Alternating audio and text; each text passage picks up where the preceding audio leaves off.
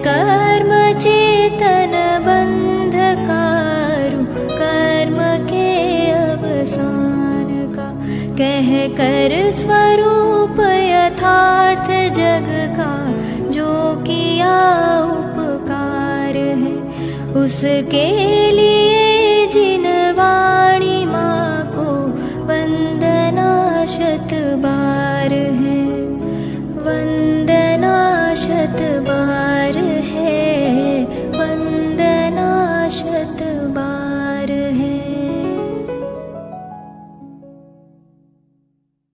ओम नमः सिद्धेभ्यः, ओम नमः सिद्धेभ्यः। नमो अरहन्ताणं, नमो सिद्धाणं, नमो आयर्याणं, नमो वज्रायाणं, नमो लोये सवसाहुणम्। मंगलम भगवान वीरो मंगलम गौतमो गणी, मंगलम कुंद कुंदार्यो जैन धर्मो समंगलम। सर्वमंगल मांगल्यम सर्वकल्याणकारकम, प्रधानम सर्वधर्माणां जैनम जयतु शासनम, जैनम जयतु शासनम।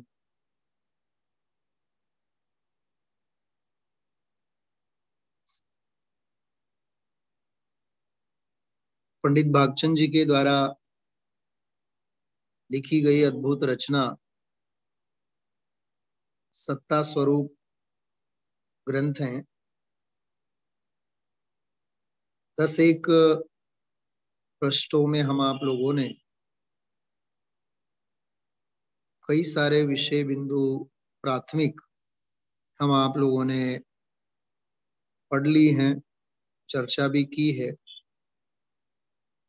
11वें पृष्ठ से सच्चे देव गुरु धर्म आदि को पाकर के सच्ची उपासना, यथार्थ आत्म साधना किस प्रकार से करनी चाहिए, बिना किसी लोकेशना, बिना किसी विषय कषाय आदि के प्रयोजन के बिना इस प्रकार से सहज आत्म साधना हम आप लोगों को करनी चाहिए। सच में देव गुरु धर्म के प्रति वही सच्ची भक्ति होगी, वही सच्ची उपासना होगी, उसकी इसमें चर्चा है। थोड़ा सा मैं प्रकरण पहले पढ़ता हूं, जो पैराग्राफ शुरुआत में ही है, पेज नंबर 11 है।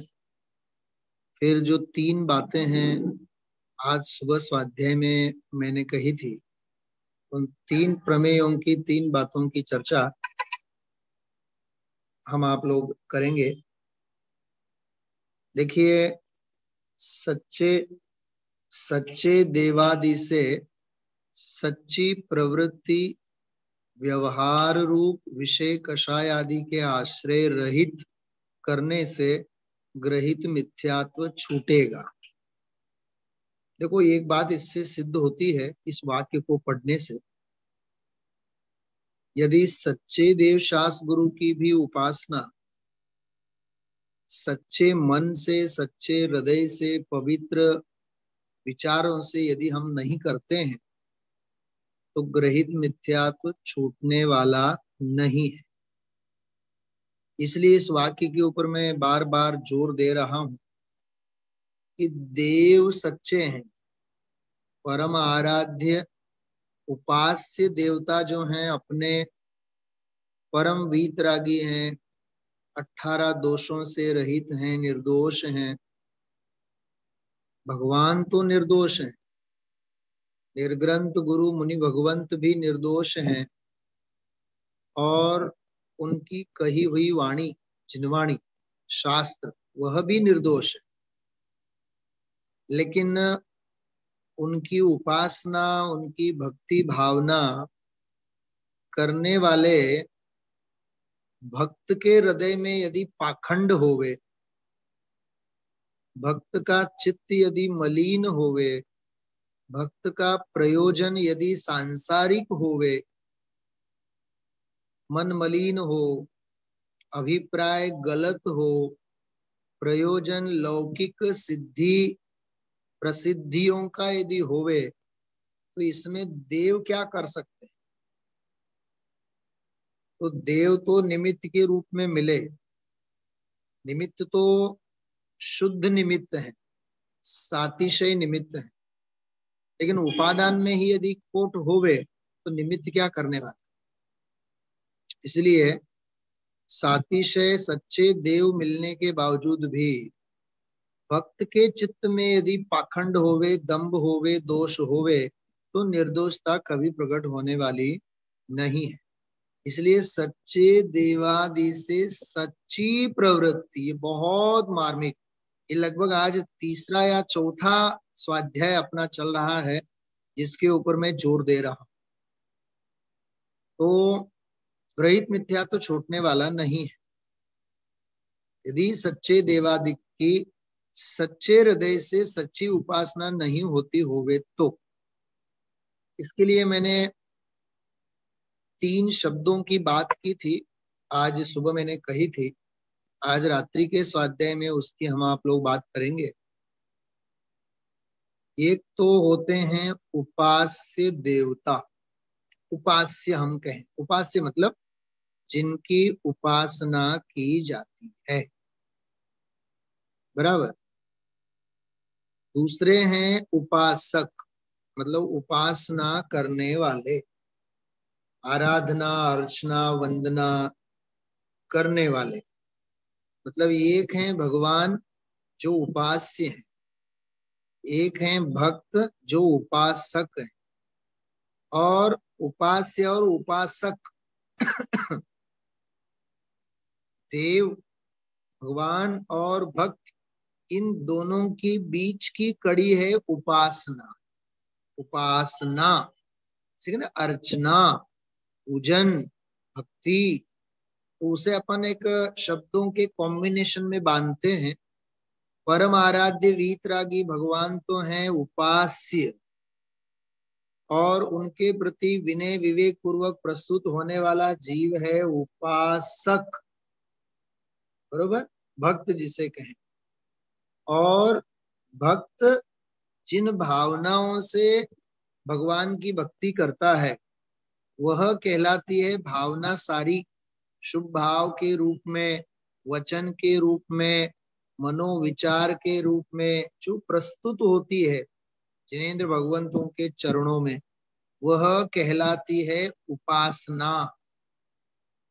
इन 3 बातों में देखिए, परम विशुद्ध, परम वीतराग, निर्दोष, निखालस, शांत, वीतराग, परम प्रशांत, सातिशय, परम निर्दोष, बराबर, त्रिलोक पूज्य, सातिशय वीतरागता को धरने वाले उपास्य तो हैं।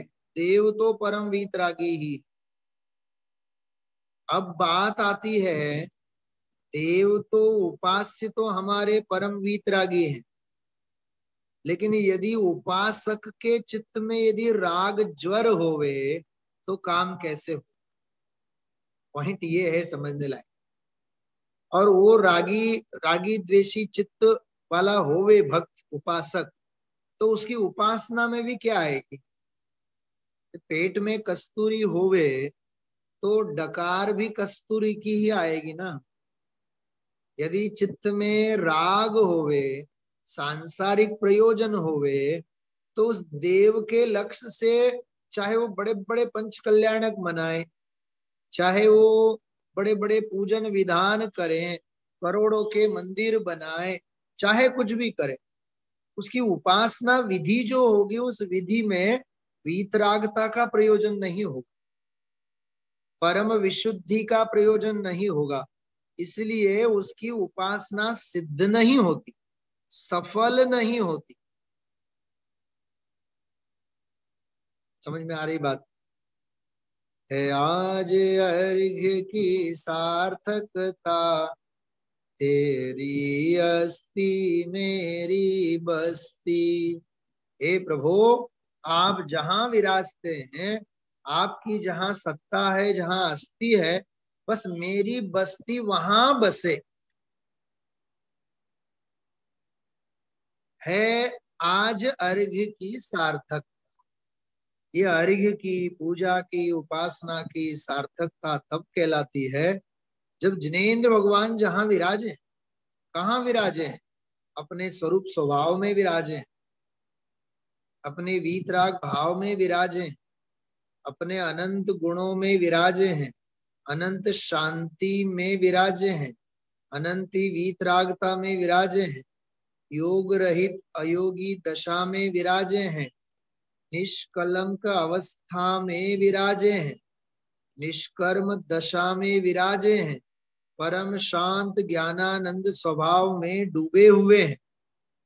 स्वरूपे डूबेला नमन तुझने ओ जिनवरा। समझ में आ रही है? तो जब मेरे आराध्य इस रूप से अपने स्वभाव में डूबे हुए हैं, अलौकिक आत्मा में डूबे हुए हैं, तो उपासक के चित्त में लौकिक प्रयोजन कैसे हो सकता है? घर में शांति रहे એટલે शांति विधान करे। हाँ? मृतक के आत्मा को शांति मिले એટલે इसलिए शांति विधान करे। क्या मतलब है? बिल्कुल लौकिक प्रयोजन है। समझ में आ रही है? इसलिए उपास्य वीतरागी भगवान, उपासक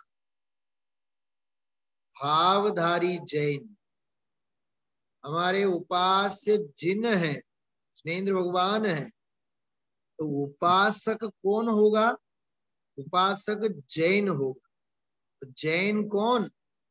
मात्र जन्मधारी जैन नहीं, मात्र नामधारी जैन नहीं, मात्र लिंगधारी जैन नहीं। देखो, जैन के 3 प्रकार एक तरफ, जन्मधारी, नामधारी, लिंगधारी, ये तीनों एक तरफ। इन तीनों के जो शल्य हैं वो लोकेशना के हैं। हम जैन घर परिवार में जन्मे हैं इसलिए जैन, ये लौकिक बात है। हम जैन के नाम से जाने जाते हैं इसलिए महान, बिल्कुल लोक संज्ञा है। और हमारा भेष जैनों का है।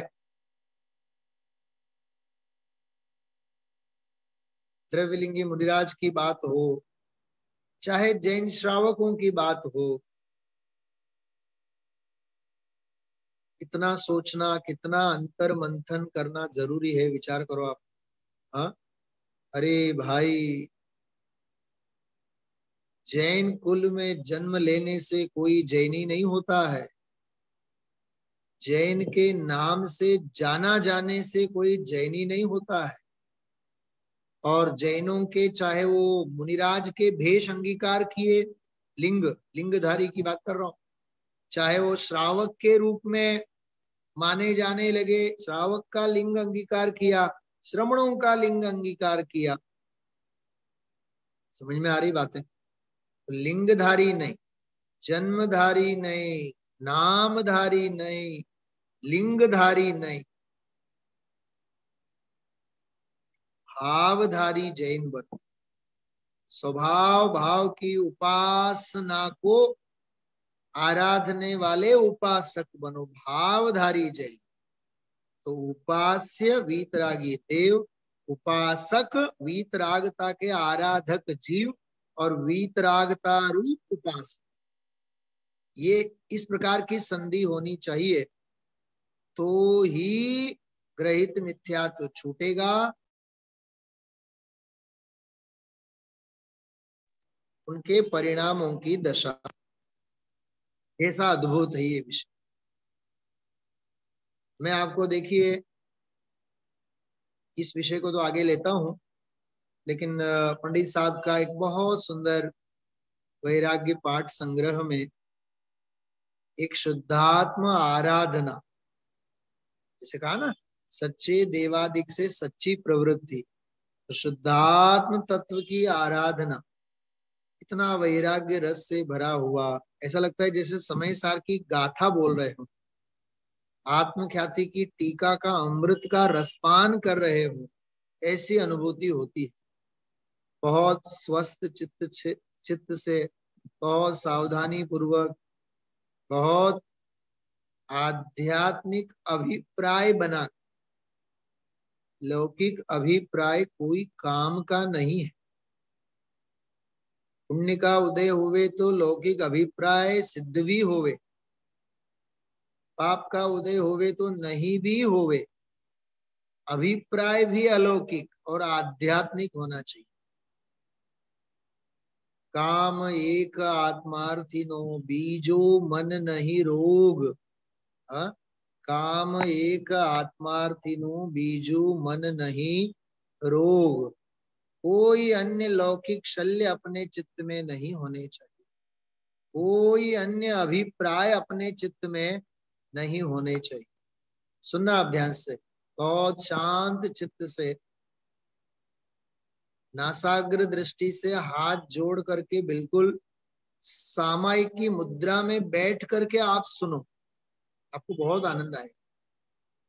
देखो, अपन सब घर परिवार के हैं, 365 दिन सब एक साथ जुड़े हुए होते हैं, आत्मा आराधना करते हैं।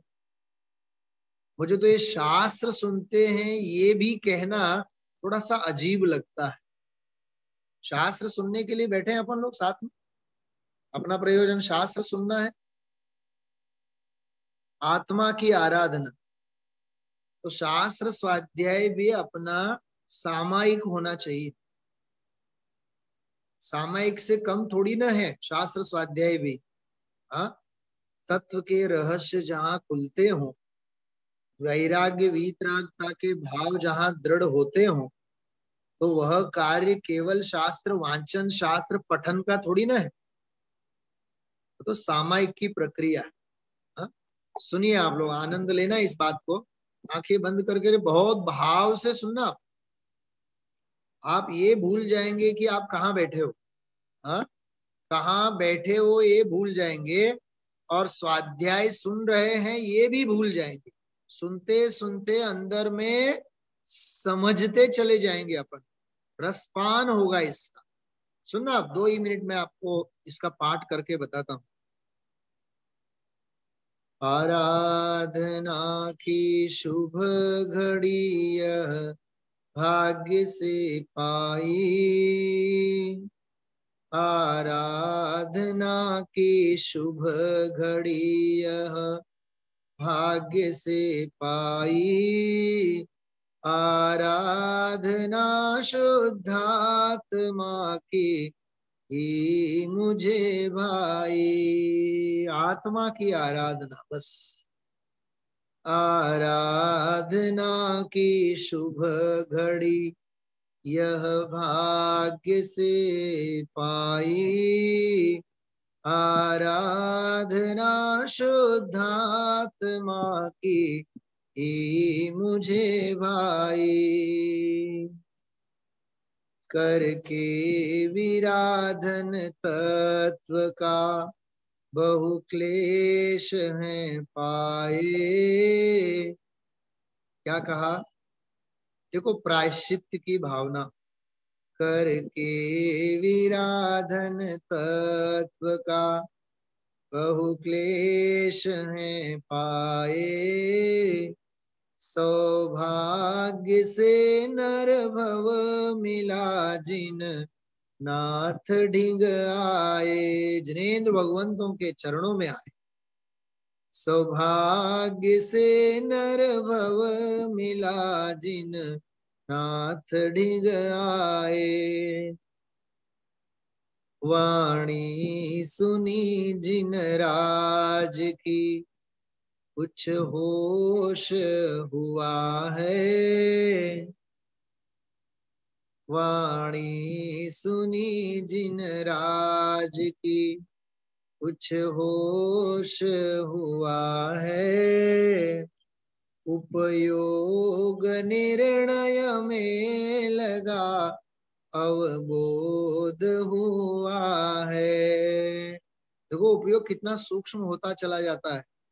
उपयोग निर्णय में लगा अवबोध हुआ है।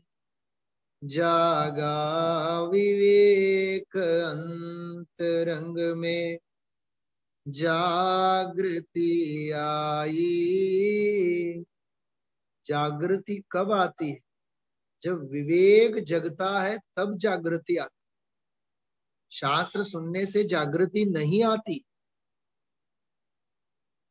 वक्ता को सुनने से जागृति नहीं आती है, गुरुदेव को केवल सुन भर लेने से जागृति नहीं आती है। अरे साक्षात तीर्थंकर को सुनने से भी जागृति नहीं आती। क्योंकि यदि साक्षात तीर्थंकर को सुनने से जागृति आती होती तो कमठ तो मरीचि के जीव को भी जागृति आनी चाहिए। सोच रहे हैं, विचार कर रहे हैं आप लोग? हाँ, अरे अंदर में विवेक जागृत होता है तब जागृति आती है। जागा विवेक अंतरंग में जागृति आई। आराधना की शुभ घड़ी भाग्य से पाई। आराधना की शुभ घड़ी भाग्य से पाई। आराधना की शुभ घड़ी यह भाग्य से पाई। आराधना शुद्धात्मा की ही मुझे भाई। ये मार्मिक बात है। हाँ,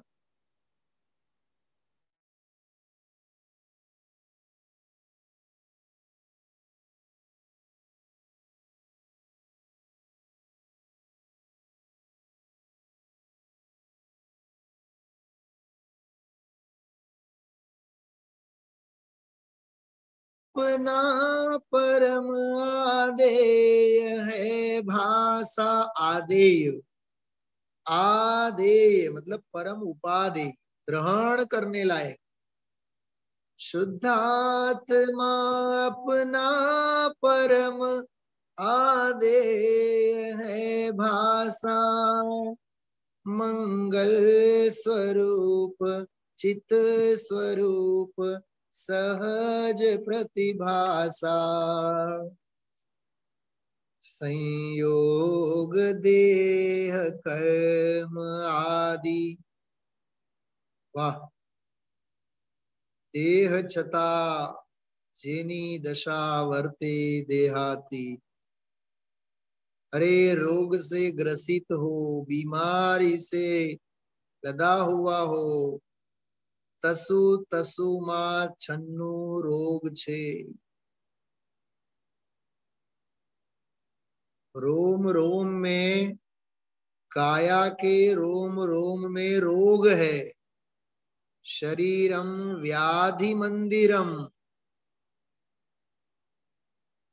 सोचना, चाहे शरीर साता के उदय में स्वस्थ हो, चाहे असाता के उदय में अस्वस्थ हो, तो भी इस बात को सोचना। देह छता जेनी दशा वर्ती देहाती। ये आराधना के संदर्भ में मैं बोल रहा हूं, याद रखना। आत्मा की आराधना, शुद्धात्मा की आराधना, आत्मा की उपासना, ये आत्मोपासना है, ये ब्रह्मोपासना है, ये आत्मानुशासन है। आत्मानुशासन कोई ग्रंथ नहीं है, आत्मानुशासन तो अनुष्ठान है। अध्यात्म का अंतरंग श्रेष्ठ अनुष्ठान है। संयोग देह कर्म आदि भिन्न लखाए। मोहादि सब दुर्भाव दुख के हेतु दिखाए। मोहादि सब दुर्भाव दुख के हेतु दिखाए। अरे मोह राग द्वेष कषाय अज्ञान दुर्भाव ये सब दुख के हेतु दिखे। आह्लादमयी आत्मानुभूति आज है पाई। आह्लादमयी आत्मानुभूति आज है आई। आराधना की शुभ घड़ी भाग्य से पाई। आराधना की शुभ घड़ी भाग्य से पाई। मैंने अभी कुछ समय पहले कहा था आराधना, उपासना, शास्त्र स्वाध्याय, शास्त्र चिंतन, तत्व चिंतन ये सब अपने लिए सामायिक से कम नहीं है, इस सामायिक के ही स्वरूप है। सुनना कैसी अंदर की गहराई देखो आप, कैसा गहरा चिंतन होता है। निर्भ्रांत हूँ निशंक हूँ शुद्धात्मा प्रभु हूँ। स्वभाव से ही ज्ञान आनंद मैं सदा विभू हूँ। सतरूप अहेतुक नहीं जन्मे नहीं मरता। सामर्थ्य से अपनी सदाई परिणमन करता। समझा स्वरूप स्वावलंबी वृत्ति जगाई। आराधना की शुभ घड़ी भाग्य से पाई।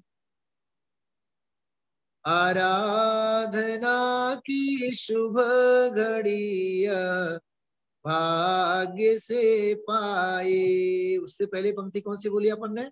समझा स्वरूप स्वावलंबी वृत्ति जगाई। अरे मुझे अब स्वरूप समझ में आ गया, मेरी अब स्वावलंबी वृत्ति जागृत हुई। इसका नाम आराधना की घड़ी, इसका नाम आराधना है। मन के बोझ हल्के होने चाहिए, निर्भरपना आना चाहिए, चित्त में शांति छानी चाहिए, मनोविकार छूटने चाहिए। वो सच्ची उपासना, उसके अर्थ में कह रहा हूं मैं। स्वाधीन अखंड प्रतापवान है प्रभु सदा। अखंड प्रतापशालित्व, प्रभुत्व शक्ति। स्वाधीन अखंड प्रतापवान है प्रभु सदा। निर्बंध है पर से नहीं संबंध हो कदा।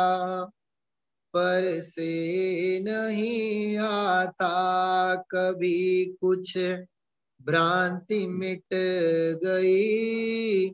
निज में ही निज की पूर्णता स्वयमेव दिख गई। वाह, अपने आप निज में निज की स्वाधीनता पूर्णता मुझे दिख गई। स्वाश्रय से पराश्रय की बुद्धि सहज न शाई। स्वाश्रय से पराश्रय की बुद्धि सहज नशाई। सच्चे देव शास्त्र गुरु की सच्ची उपासना से ग्रहित मिथ्यात्व का आश्रय छूट गया। ऐसा इसके साथ संधि बिठाना, कॉम्बिनेशन हम आप लोगों को करते आना चाहिए। हाँ, बाकी तो चली आ रही है, चलती रहेगी। अज्ञान अनंत है भाई। हम गांव वाले, बात समझ में आ रही है? हाँ, स्वाश्रय से पराश्रय की बुद्धि सहज नशाई। तो वो ये कितना बड़ा लाभ है। आराधना, उपासना, चिंतन, मनन, स्वाध्याय करने से सबसे बड़ा लाभ होना चाहिए निर्भरपना। निर्भरपना आना चाहिए। ये क्या निर्भरपना है? संयोगों की दृष्टि हटनी चाहिए। द्रव्य कर्म, भाव कर्म, नो कर्म आदि के ऊपर से अपनी वृत्ति छूटनी चाहिए। समझ में आई बात? आराधना की शुभ घड़ी भाग्य से पाई। बहुत अद्भुत है, बहुत विशाल है आराधना। जीवन भर हम आप लोगों को आराधना करने के लिए सब आलंबन है। इसमें भी, इस पाठ में भी पूरे 12 छंद हैं। बहुत सुंदर है, बहुत सुंदर है। आराधना, उपासना अंतरंग की पवित्र वस्तु है। बाह्य तामझाम की बात नहीं है।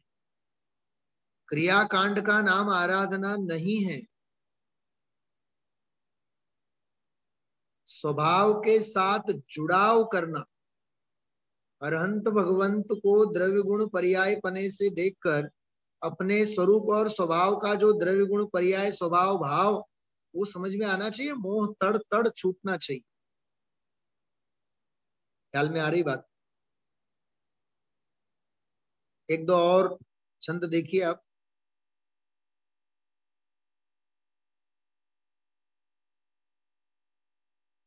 कौन सा छंद मैं आपके सामने प्रस्तुत करूं और कौन सा छोड़ूं, ऐसा लगता है, इतना सुंदर है।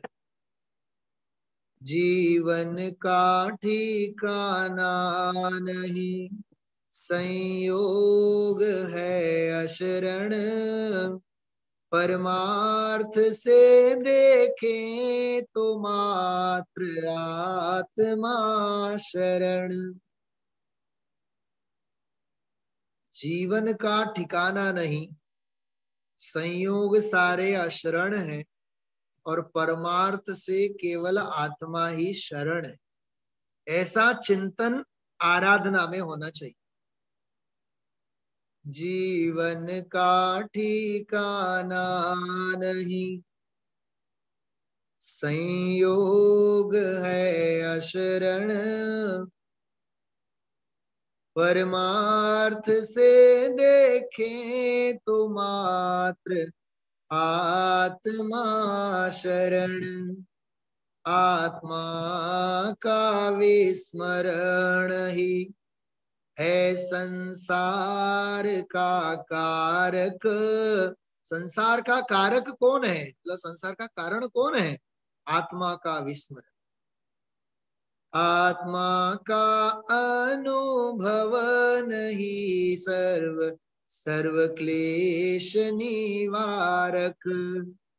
जिन देव की यह देशना आनंद प्रदाई, आराधना की शुभ घड़ी भाग्य से पाई। चिंता चिता से भी अधिक है घात का कारण। चिता तो देह को जलाती, चिंता तो उपयोग को जलाती। चिंता चिता से भी अधिक है घात का कारण चिंता से कभी होता नहीं, कष्ट निवारण। चिंता को छोड़ तत्व का चिंतन सहज करो, अनुकूल और प्रतिकूल में समता सदा धरो। निरपेक्ष भावना हृदय में आज है आई। वाह। सारे विश्व से, सारी दुनिया से, सारे जगत से निरपेक्ष भावना का हृदय में जागृत होना, उसका नाम आराधना है। निरपेक्ष भावना हृदय में आज है आई, आराधना की शुभ घड़ी भाग्य से पाई। आराधना की शुभ घड़ी भाग्य से पाई। शेष भाग है इसमें और 6-7 काव्य, इसको अपन देखते हैं। कल अनुकूलता होगी, कल इस विषय को आगे पूरा करेंगे।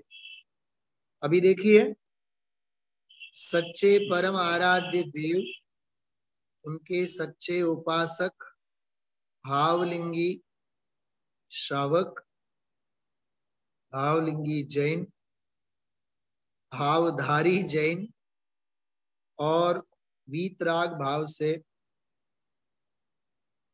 केवल और केवल भेद विज्ञान और आत्मज्ञान परम मुक्ति की कामना, वह भी सहज शांत वीतराग भाव से भाई हुई भावना, ऐसी उपासना। उपास्य वीतरागी हैं, उपासक भी वैरागी और वीतरागी, और उपासना भी हमारी वीतराग भाव से भरी हुई होनी चाहिए। आज हम आप लोगों ने यहाँ पेज नंबर पृष्ठ जो 11 है, सच्चे देवादि से सच्ची प्रवृत्ति, उसकी सच्चाई कैसी होनी चाहिए, जिसमें कोई विषय कषाय की गंध दुर्गंध न हो, तो ही सच्चे देव गुरु धर्म की आराधना करने वाला जीव ग्रहित मिथ्यात्व से छूट सकता है। मतलब आप देव गुरु धर्म की भक्ति भावना आदि में भी अध्यात्म का बल कितना होना चाहिए, अध्यात्म का जोर कितना होना चाहिए, कितना भीगा हुआ हृदय होना चाहिए, कितना स्पष्ट और शुद्ध और आगम के अनुकूल हमारी श्रद्धा होनी चाहिए, इतना अध्यात्म का अजस्त्र प्रवाह हृदय में से हमारे बहना चाहिए, तो ही भक्ति भी हमारी फलेगी। अन्यथा भक्ति केवल क्रियाकांड बन करके रह जाएगी, निष्प्राण होती है यदि अध्यात्म नहीं है। इसलिए इस बात को गंभीरता से आप लोग सोचना समझना। मैं तो सच में आपको बताऊं, जिनागम के ज्ञानियों के एक एक शब्द के ऊपर हमारा मन रीझना चाहिए, मन मयूर नाच उठना चाहिए। बात समझ में आ रही है? अभी का समय तो पूरा हो गया है, मैं यहीं विराम की तरफ आगे बढ़ता हूं। बराबर, हाथ जोड़ेंगे आप लोग, माँ जिनवाणी की वंदना हम आप लोग करते हैं।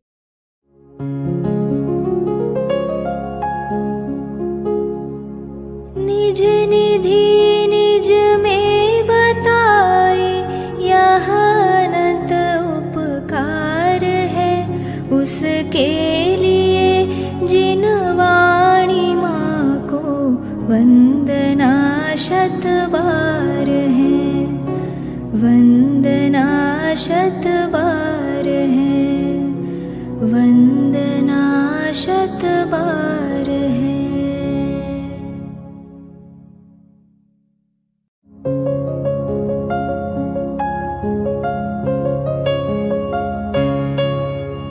हे जिनवाणी भारती तो ही जपो दिन रैन, जो तेरी शरणा गहे सो पावे सुख चैन।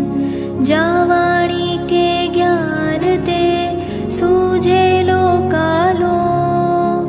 सोवाणी मस्तक नवो सदा देत हो ढोक, सदा देत हो